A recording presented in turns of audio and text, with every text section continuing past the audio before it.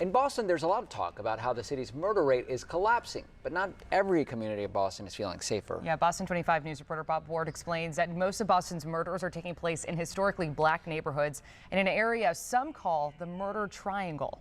I didn't even make it to 6th grade before I had to go to a friend's funeral. Cheryl Cox tells me she grew up with violence all around her. How many funerals do you think you've been to since then? I don't know. I can't count.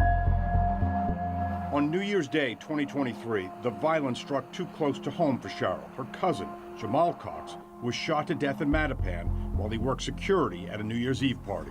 I believe he was caught in the crossfire. Unfortunately, he was the one that caught the bullet. Jamal Cox was Boston's first murder of 2023. As the murder rate goes down, we still find a disproportionate amount of murders located in what we call the murder triangle. That's where Jamal Cox lost his life. The area includes the neighborhoods of Dorchester, Roxbury, Mattapan, Hyde Park, and the South End. When you compare the first 10 months of the year, Boston's homicide rate has dropped from 33 in 2023 to just 18 during the same time period in 2024. But many of those murders in this triangle area. So there is a fine line. Reverend Kevin Peterson, founder of the New Democracy Coalition, helped coin the phrase, the murder triangle. He hopes to see the murder rate plummet in the triangle just as it has in more affluent white neighborhoods.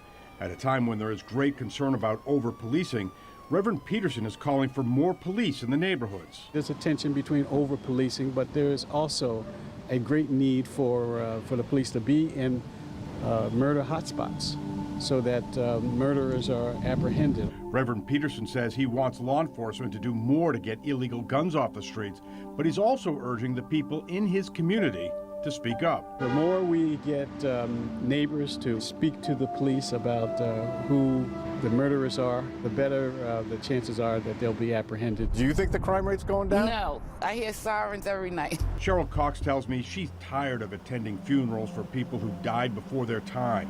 As she raises her children, Cheryl tells me she's focused on her family's future. I'm sick and tired of it. I don't even want to live here no more.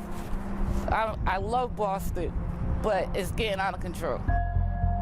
Reverend Peterson is calling for members of his community to work with city leaders, safety officials, and police to come up with a strategy to get illegal guns off the streets and to get people to turn away from violence.